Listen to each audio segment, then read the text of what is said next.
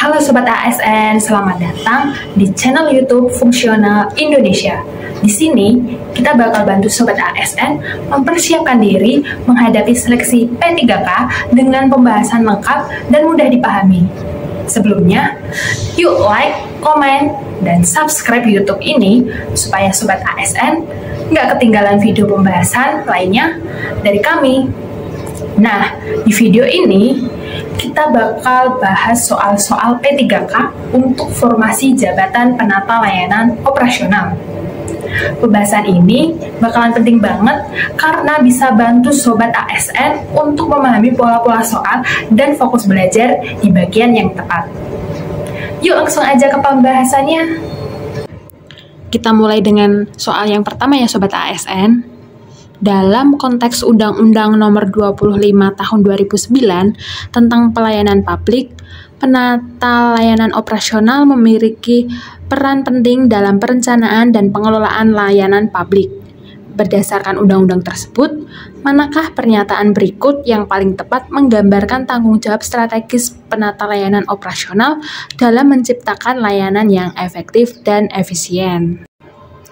Yang A. Penata layanan operasional bertugas menyusun kebijakan publik berdasarkan kebutuhan masyarakat serta melakukan evaluasi menyeluruh terhadap kepuasan penggunaan layanan. Atau B. Penata layanan operasional bertanggung jawab atas perumusan standar pelayanan dan penerapan sistem pengawasan internal yang menjamin akuntabilitas layanan. Atau yang C. Penata layanan operasional memiliki tanggung jawab dalam merancang alur pelayanan teknis serta mengawasi distribusi sumber daya untuk mencapai efisiensi operasional. Atau yang D. Penata layanan operasional berperan utama dalam penyusunan anggaran tahunan instansi serta merumuskan strategi komunikasi publik terkait layanan. Atau yang E. Penata layanan operasional mengembangkan kebijakan strategis nasional untuk sektor pelayanan serta menetapkan indikator kinerja utama lintas sektor. Nah, kira-kira mana nih jawabannya Sobat ASN? Nah, jawabannya adalah yang C. Penata layanan operasional memiliki tanggung jawab dalam merancang alur pelayanan teknis serta mengawasi distribusi sumber daya untuk mencapai efisiensi yang operasional. Karena penata layanan operasional memiliki tanggung jawab dalam merancang alur pelayanan teknis serta mengawasi distribusi sumber daya untuk mencapai efisiensi operasional. Nah, hal ini paling tepat untuk menggambarkan peran strategis dalam menciptakan layanan publik yang efisien dan efektif, sesuai dengan tujuan utama dari Undang-Undang Nomor 25 Tahun 2009. Nah, efektivitas dan efisiensi ini sangat terkait dengan bagaimana pelayanan dirancang dan bagaimana sumber daya dikelola. Nah, jawaban A ini kurang tepat karena fokusnya pada penyusunan kebijakan publik dan evaluasi kepuasan pengguna. Hal ini lebih bersifat makro dan strategis kebijakan, bukan fokus teknik operasional seperti yang ditanyakan. Kalau yang B ini kurang tepat karena berbicara tentang standar pelayanan dan pengawasan internal. Meski penting, ini lebih kepada quality control dan akuntabilitas, bukan langsung soal efisiensi dan efektivitas operasionalnya. Sedangkan yang C ini salah karena fokus pada penyusunan anggaran dan strategi komunikasi. Hal ini berhubungan dengan aspek administrasi dan komunikasi, bukan langsung tentang penciptaan layanan yang efisien. Sedangkan yang C ini salah dikarenakan berkaitan dengan pengembangan kebijakan strategis nasional lintas sektor. Nah, hal ini adalah peran di level yang lebih tinggi atau makro, bukan tugas operasional sehari-hari yang dimaksud dalam soal tersebut. Nah, lanjut soal kedua ya teman-teman. Dalam konteks penerapan Peraturan Pemerintah Nomor 60 Tahun 2008 tentang Sistem Pengendalian Pemerintah atau biasa yang disebut SPIP, penata layanan operasional memiliki peran strategis dalam memastikan kepatuhan terhadap prosedur dan regulasi. Dalam situasi di mana terdapat penyimpangan prosedur operasional di sebuah unit layanan, tindakan paling tepat yang mencerminkan penerapan prinsip SPIP secara optimal oleh penata layanan operasional adalah apa nih teman-teman? Yang A, membuat laporan tertulis kepada atasan tanpa melakukan tindakan korektif agar tidak melanggar wewenangnya. Yang B, mengabaikan penyimpangan selama tidak berdampak langsung pada kerugian instansi agar operasional tetap lancar.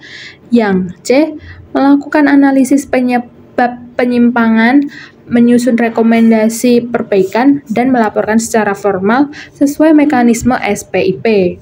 Yang D, memberikan sanksi langsung kepada pelaku penyimpangan demi menegakkan disiplin secara tepat dan tegas. Yang C, mendiskusikan penyimpangan tersebut secara informal dengan pelaku dan menunggu perintah langsung dari pimpinan sebelum bertindak. Nah, kira-kira jawabannya yang mana nih, teman-teman?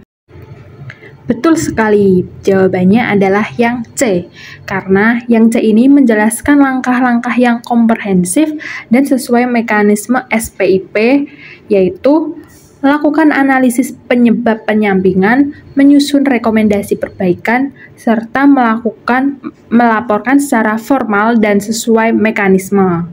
Hal ini menunjukkan penerapan prinsip SPIP yang optimal karena SPIP menekankan pengendalian internal secara sistematis, terencana, dan terdokumentasi, bukan asal bertindak atau sekedar melaporkan.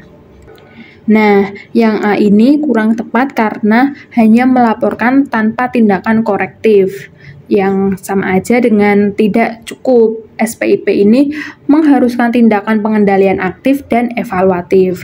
Sedangkan B kurang tepat karena mengabaikan penyimpangan selama tidak ada kerugian langsung, sama dengan jelas bertentangan dengan prinsip pencegahan dini dalam SPIP. Sedangkan yang D langsung memberikan sanksi yang terlalu reaktif. Hal ini bisa melewatkan prinsip identifikasi akar masalah dan tidak sesuai prosedur formal SPIP. Sedangkan yang E ini kurang tepat karena mendiskusikan secara informal dan menunggu perintah, yang artinya berisiko untuk memperlambat respon dan tidak sesuai prinsip taat kelola yang baik dalam SPIP. Begitu ya, teman-teman. Soal yang ketiga, dalam konteks manajemen operasional, seorang manajer ingin meningkatkan efisiensi proses produksi tanpa mengorbankan kualitas. Ia mulai dengan meninjau ulang alur kerja, menetapkan standar waktu kerja, dan menerapkan sistem kontrol kualitas di setiap tahap produksi. Berdasarkan prinsip-prinsip dasar manajemen operasional, langkah yang dilakukan manajer tersebut secara berturut-turut mencerminkan fungsi yang A, pengendalian perencanaan, pengarahan, yang B, perencanaan, pengarahan, dan pengendalian, yang C, pengorganisasian, pengarahan, pengendalian, yang D, perencanaan, pengorganisasian, pengendalian, atau yang E, pengorganisasian, pengendalian, dan perencanaan. Nah, mana nih jawabannya, teman-teman, yang benar? Ya, benar, jawabannya itu yang B ya, teman-teman. Karena dalam manajemen operasional terdapat fungsi-fungsi dasar manajemen yang dikenal sebagai POAC atau Planning, Organizing, Actuating, Controlling, atau dalam bahasa Indonesianya itu perencanaan, pengorganisasian, pengarahan, dan pengendalian. Nomor 4. Sebuah rumah sakit akan meningkatkan efisiensi layanan unit gawat darurat atau UGD dengan membuat perencanaan layanan operasional yang optimal. Manajemen operasional ditugaskan untuk menyusun jadwal kerja perawat, mengalokasikan sumber daya medis terbatas, dan menetapkan target penanganan pasien per hari yang realistis dan terukur. Berdasarkan prinsip perencanaan layanan operasional, langkah pertama dan paling krusial yang harus dilakukan manajer agar perencanaan berjalan efektif adalah A. Menetapkan target jumlah pasien yang harus dilayani setiap hari sesuai dengan standar nasional pelayanan UGD. B.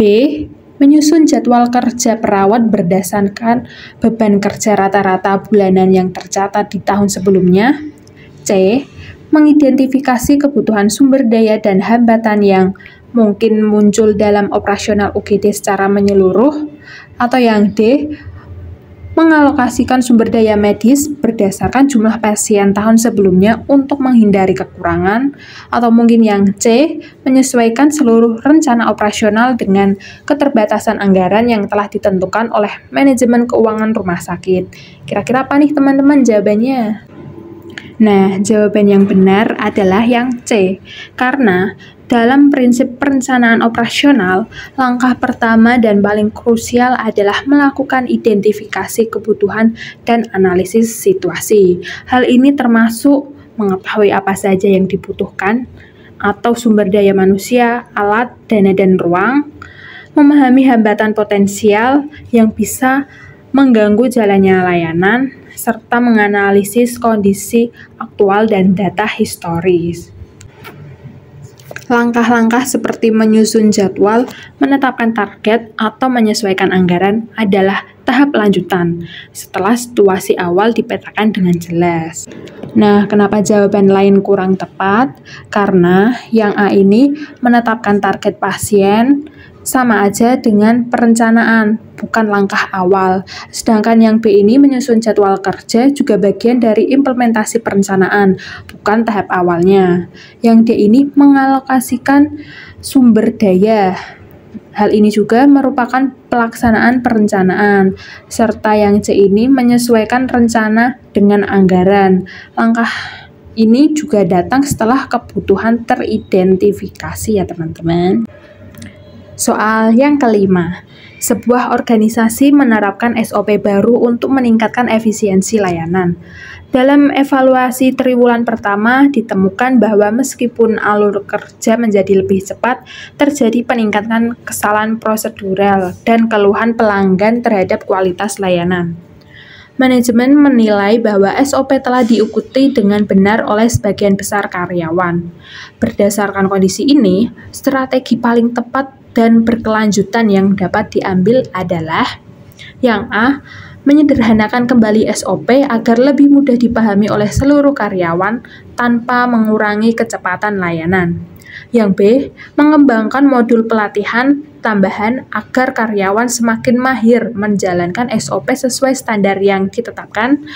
Yang C, mengkaji ulang efektivitas SOP dari sisi desain sistem dan umpan balik layanan untuk menyeimbangkan kecepatan dan kualitas. Yang D, menetapkan pengawasan ketat terhadap implementasi SOP agar tidak terjadi penyimpangan yang menyebabkan keluhan. Atau yang E, memberikan insentif kepada layanan yang mampu menjalankan SOP tanpa keluhan dari pelanggan. Coba tebak teman-teman, jawabannya apa nih kira-kira? Dan jawabannya adalah yang C ya teman-teman, karena dari soal diketahui bahwa SOP sudah diikuti oleh sebagian besar karyawan. Proses jadi lebih cepat atau efisien, tapi kualitas menurun, yang artinya ada kesalahan prosedur dan keluhan pelanggan. Artinya, ada yang salah dalam perencanaan SOP. Meskipun sudah dijalankan dengan benar, maka yang perlu dilakukan adalah evaluasi dan revisi terhadap desain SOP itu sendiri, bukan hanya pelaksanaan teknisnya. Itu dia pembahasan soal untuk formasi jabatan penata layanan operasional kali ini. Semoga bisa jadi gambaran awal buat Sobat ASN yang sedang mempersiapkan diri untuk mengikuti seleksi P3K tahun ini. Kalau Sobat ASN ingin akses ke materi yang lebih lengkap, seperti kisi-kisi, soal-soal latihan terbaru, kunci jawaban, dan pembahasan detail, langsung aja berlangganan akun premium di website kami di fungsional.id. Di sana, semua sudah disusun sistematis dan mudah dipahami. Bisa jadi bekal terbaik kamu buat lolos seleksi P3K tahun ini. Sampai jumpa di video selanjutnya. Tetap semangat belajar dan wujudkan impianmu jadi ASN.